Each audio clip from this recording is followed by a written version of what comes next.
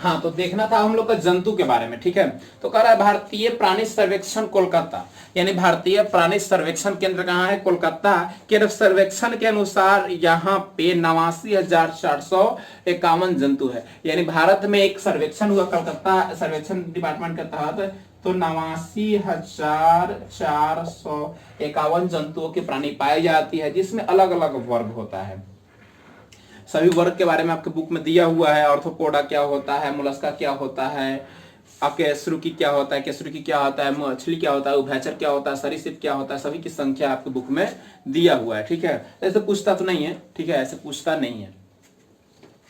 तो कह रहा है कि इसमें कई लुप्त होने के कगार पे है, जिसको सर्वेक्षण करने के लिए सरकार ने कई कदम उठाए हैं। इसके लिए 89 उद्यान, नोट कीजिएगा, 89 उद्यान, 400 वन्य प्राणी उद्यान, पहले पढ़ चुके हैं उद्यान क्या होता है, ठीक है। 400 वन्य जीव उद्यान के अंतर्गत 1.56 लाख किलोमीटर के क्षेत्रफल में इनका निर्माण किया है। यानी 1.56 लाख किलोमीटर के क्षेत्रफल में इन उद्यानों को लगाने के लिए, पशु विहार को लगाने के लिए सरकार ने प्रस्ताव किया है। अपने पटना में भी एक उद्यान है जिसका नाम संजय गांधी जैविक उद्यान, यानी पटना का चिड़ियाघर है।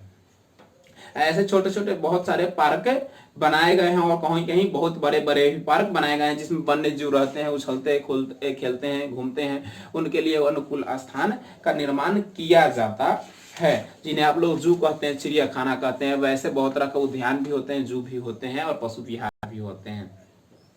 प्रथम शताब्दी में आयुर्वेद के जनक चरक, चरक जो है देता है, चरक का संबंध किससे है? तो आयुर्वेद से है, और भारत के रहने वाले हैं। चरक एक बहुत बड़े आयुर्वेद शास्त्री थे, जिनका आयुर्वेद का ज्ञान अच्छा खासा था। उन्होंने 200 प्रकार के पशु और 340 प्रकार के पौधों में औषधियों का उल्लेख किया है। यानी कहा है कि 200 प्रकार के ऐसे पशु होते हैं जिनसे भी हमें बीमारियां दूर हो सकती है, और 340 प्रकार के ऐसे पौधों का उल्लेख किया है जिनसे हम लोग क्या कर सकते हैं? औषधीय गुण प्राप्त कर सकते हैं, और जिनसे बीमारी का इलाज कर सकते हैं। 18वीं शताब्दी में स्वीडन के वैज्ञानिक कैरोलस निराल्स इसने लगभग 5900 प्रकार के पौधे और 4200 प्रकार के पशुओं की पहचान की है, जिसमें 17 लाख प्रजाति का नामकरण हो चुका है। यानी अभी तक मात्र 17 लाख ही प्रजातियों का नामकरण हो चुका है, और 7 लाख पौधों की प्रजाति का नाम हो चुका है। किंतु विश्व में 50 लाख से भी अधिक इनकी प्रजातियां अभी जीवों की उपलब्ध है, जिनमें मात्र 17 लाख का ही नामकरण हुआ है। बहुत सारे ऐसे हैं जिसका नाम आप नहीं जानते हैं, नामकरण ही नहीं हुआ है, उसका नंगाई नहीं है। कुछ महत्वपूर्ण चीजें है, आप उसको नोट जरूर कीजिएगा। विश्व में 1 लाख कीट पतंग है, जिसमें 60,000 भारत में है। 1 लाख कीट पतंग पूरे विश्व में है, जिसमें 60,000 भारत में है, ठीक है। 4100 मछलियां की प्रजाति है, जिसमें भारत में 1693 प्रजातियां हैं। 4100 पूरे विश्व में, 1693 भारत में, ठीक है। विश्व में 9000 पक्षियों की है, जिसमें 1200 सिर्फ भारत में है। 9000 टोटल प्रजातियों का नामकरण हो चुका है, जिसमें 1200 भारत में है, और 4000 स्तनपायी का 10% यानी 4% भारत में है। स्तनपायी जो होते हैं 4000 हैं, जिनका 10% यानी 4000 कहाँ है? भारत में ही अपना है। पादप बहुल देशों में भारत 10वां स्थान पे है, यानी पौधों की संख्या में भारत का स्थान कहाँ है? 10वां स्थान पे है, जिसमें चावल, गन्ना, जूट, आम, नींबू, बहुत सारे ऐसे पौधे हैं जो कि भारत में पाए जाते हैं। कह रहा है कि भारत में 4% से लेकर 5.2% तक भौगोलिक क्षेत्रफल है, जिसमें विश्व के 25 हॉटस्पॉट्स बनाए गए हैं। यानी 25 हॉटस्पॉट्स विश्व में बनाए गए हैं, जहां पे उन जीवों की संख्या और वनस्पति की संख्या दुर्लभ बहुत कम है। भारत में 33% पुष्पीय पौधे भारतीय मूल के हैं। भारत में जितने फूल हैं उसमें 33% भारतीय मूल के हैं, और 53% स्वच्छ मछलियां हैं, जिसमें 60% जो है वो तैरने वाली है, और 30% है जो रेंगने वाली है। 10% मछलियां जो है वो स्तनपायी भारतीय मूल के ही हैं। यूनेस्को के सहयोग से भारत में 14 जैव मंडल आरक्षित क्षेत्र की स्थापना की गई है, जिसकी तालिका दी गई है। यूनेस्को एक संस्था है जिसके तहत भारत में 14 जैव मंडल बनाया गया है। जैव मंडल का आपका आंकड़ा दिया हुआ, आप लोग इसको जरूर याद कर लेंगे। नीलगिरी में क्या क्या चीजों के लिए है और कहाँ है। फिर से आपका नंदा देवी, सुंदरवन, मानार की खाड़ी, ग्रेट निकोबार, ऐसे करके बहुत सारे आपके दिए गए हैं 14 को। इनके बारे में आप लोग जरूर याद करेंगे कि इनका राज्य किस राज्य में स्थिति है। सिर्फ राज्य की स्थिति याद करेंगे, क्षेत्रफल याद करने की जरूरत नहीं है, क्योंकि एग्जाम में पूछता नहीं है। तो एग्जाम की दृष्टि से अगर जनरल नॉलेज के लिए याद कर सकते हैं, बट एग्जाम में आपको पूछता है सिर्फ राज्य की स्थिति। कह रहा है कि जैव विविधता के आधार पर भोजन, औषधि एवं दवाओं और रबर के लिए यहाँ पे बहुत सारी लकड़ियों का उपयोग किया जाता है। भारत में कह रहा है कि 3 प्रकार के जैव विविधताओं का उपयोग किया जाता है। पहला जैव विविधता नवीन फसल के साधन के रूप में किया जाता है। दूसरा है अच्छे प्रकार के सामग्री के उत्पादन के लिए किया जाता है। और तीसरा है नए पौधे का विनाश करने के लिए कीटनाशियों का उपयोग किया जाता है। यानी कीटनाशी कहने का मतलब है कीड़े मकोड़ों को नष्ट करने के लिए।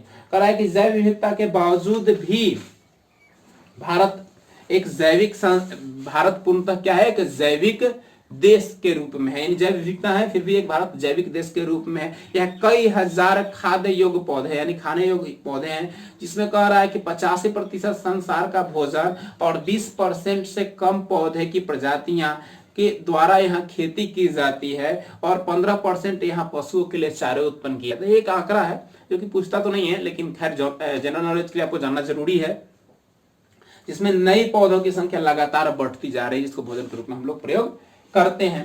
इसके साथ साथ कह रहा है कि यहाँ के पशु क्या है, पशुधन भारत में आधुनिक भारत के रीढ़ के भांति काम करते हैं। देखिए यहाँ बहुत ज्यादा पशु भी हैं और दूध उत्पादन भी करते हैं, जिनमें अनुवांशिक परिवर्तन करके नए नए नस्लों का उपयोग किया जा रहा है। देखिए कुछ जैव विविधता में यहाँ औषधीय पौधे भी, जिसका नाम दिए हैं, बहुत सारे ऐसे पौधे हैं, लेकिन मॉर्फिन के पौधे का उपयोग दर्द की दवा के रूप में किया जाता है। दर्द की दवा के रूप में मॉर्फिन के पौधे का उपयोग किया जाता है। क्यूराइन के पौधे का उपयोग मलेरिया की दवा के रूप में किया जाता है। और टेक्सोल का उपयोग किया जाता है कैंसर की दवा में। आपके क्वेश्चन में भी है टेक्सोल का उपयोग किस चीज के लिए किया जाता है, तो मलेरिया की दवा के लिए किया जाता है। ऐसे बहुत सारे यहाँ पे पौधे हैं जिनको दवाइयां के रूप में प्रयोग किया जाता है। लगभग 25% जो यहाँ पे दवाइयां होती हैं वो औषधीय उपयोग करते हैं। 120 जो पौधे हैं जिनसे औषधीय होते हैं, यानी औषधीय दवाओं से तैयार की जाते हैं 120 प्रकार के प्रजाति के पौधों से।